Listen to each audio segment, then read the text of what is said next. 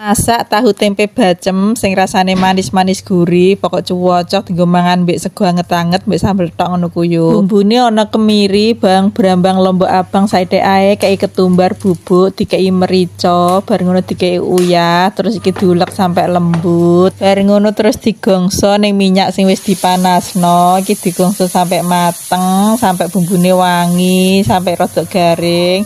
Terus dikei laos geprek, dikei serai geprek, dikei godhong salam, digoseng-goseng nes delok engkas, bar ngono dikei banyu sak cukupe wae. Pokok tempe tahune mang kerendem.